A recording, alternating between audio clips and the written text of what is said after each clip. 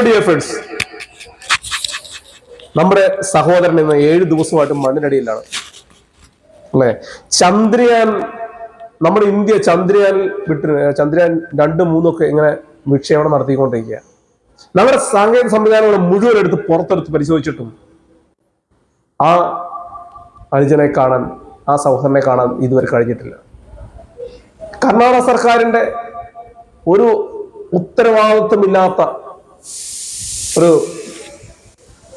ഇടപെടൽ, ആർക്കോ വേണ്ടി തിളയ്ക്കുന്ന സാമ്പാറിനെ പോലെ ഇടപെടൽ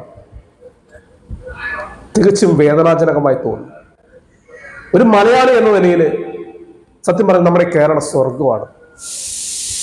ഈ പറയുന്ന കർണാടകക്കാരനോ തമിഴനോ ആരും ആയിക്കോട്ടെ, കേരളത്തിലേക്ക് വന്ന് ഇങ്ങനെ ഒരു അപകടം സംഭവിച്ചാൽ നമ്മുടെ മലയാളിയുടെ റെസ്പോൺസ് എങ്ങനെയായിരിക്കും? അവനെ മാക്സിമം എത്രയും പെട്ടെന്ന് രക്ഷപ്പെടുത്താനുള്ള എല്ലാ കരുതലും എടുക്കും നമ്മുടെ മലയാളികൾ. ആ ഒരു സ്നേഹം ഒരു സംസ്ഥാനത്തിനും ഇല്ല എന്ന് വ്യക്തമാണ്. നമുക്കറിയാം, കേന്ദ്ര സർക്കാരിന്റെ സൈനികര് കയ്യും വീശിയാണ് വന്നത്. ഒരു രക്ഷാപ്രവർത്തനത്തിന് ഇത്രമാത്രം മാധ്യമ ശ്രദ്ധ നേടി എല്ലാം അറിഞ്ഞിട്ടും കയ്യും വീശി നമ്മുടെ രക്ഷപ്പെടുത്താനായിട്ട് വന്ന ഇവരുടെ ആ സൈന്യത്തെ അയച്ചവരുടെ ഒരു മനോവികാരവും നാം മനസ്സിലാക്കേണ്ടതാണ്. എത്രത്തോളം ധാർഷ്ട്യങ്ങൾ, എത്രത്തോളം പൈശാചികമാണ് ഒരു മനുഷ്യ ജന്മത്തെ ഇത്രമാത്രം ക്രൂരതയോടെ കാണുന്ന ഒരു ജനത. നമുക്കറിയാം, ഈ മലയാളിയുടെ സംസ്കാരം, മലയാളിയുടെ സ്നേഹം, ഈ മലയാളിയുടെ ഒത്തൊരുമ ഒരിക്കലും അന്യ സംസ്ഥാനങ്ങൾക്ക് കിട്ടില്ല, അന്യ സംസ്ഥാനങ്ങളിൽ ചെന്നാൽ കിട്ടില്ല എന്ന വ്യക്തമായ ഉദാഹരണമാണ്.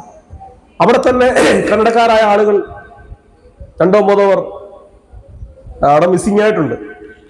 അവരെ രക്ഷപ്പെടുത്താൻ പോലും ഈ സർക്കാരിന് യാതൊരു ഇൻട്രസ്റ്റ് ഇല്ല. കാരണം അവരെ സംബന്ധിച്ച് ഒരാൾ മണ്ണിനടിയിൽ പോയി കഴിഞ്ഞാൽ 4-5 ലക്ഷം രൂപ ഒരു പാരിതോഷികം കൊടുത്ത് കുടുംബത്തെ സമാധാനിപ്പിക്കുന്നതിന്റെ അപ്പുറത്തേക്ക് യാതൊരു ജീവന് പോലും വില കൽപ്പിക്കാത്ത ഒരു വൃത്തികെട്ട സർക്കാർ. രാഹുൽ ഗാന്ധിയൊക്കെ പറയുന്നുണ്ട്, പിന്നെ ഈ സ്നേഹത്തിന്റെ കട തുറന്നെന്ന് പറഞ്ഞു. അവിടെ സ്നേഹത്തിന്റെ കട ഞാൻ കൂടുതൽ പറയുന്നില്ല എന്താ തുറന്നെന്നുള്ളത്. ഇത്രമാത്രം മതം പതിച്ച ഒരു സർക്കാർ, കേന്ദ്ര സർക്കാരിന് ഒട്ടും മോശമല്ല. കാരണം അതാണല്ലോ സൈന്യത്തെ വെറും കൈയോടെ പറഞ്ഞിട്ടത് പ്രഹസനം നടത്താൻ വേണ്ടി.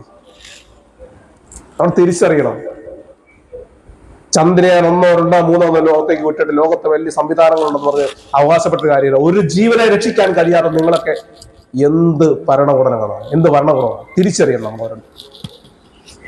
ഇനിയും ഇതുപോലെ ഒരു അബദ്ധങ്ങൾ ഉണ്ടാവാതിരിക്കട്ടെ. മാത്രമല്ല, ആ ചെറുപ്പക്കാരന്റെ കുടുംബം, ആ അമ്മ പറഞ്ഞ കാര്യങ്ങൾ, രക്ഷപ്പെടുത്തുന്ന ഒരു ആഗ്രഹവും ആർക്കും ഇല്ലായിരുന്നു.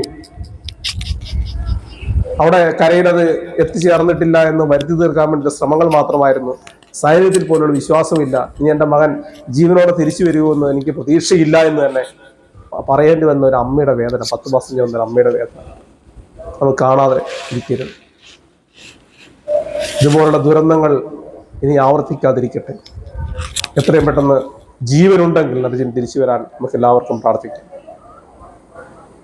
ഈ ഭരണകൂടത്തെ ഓർത്ത് കഷ്ടം മാത്രം.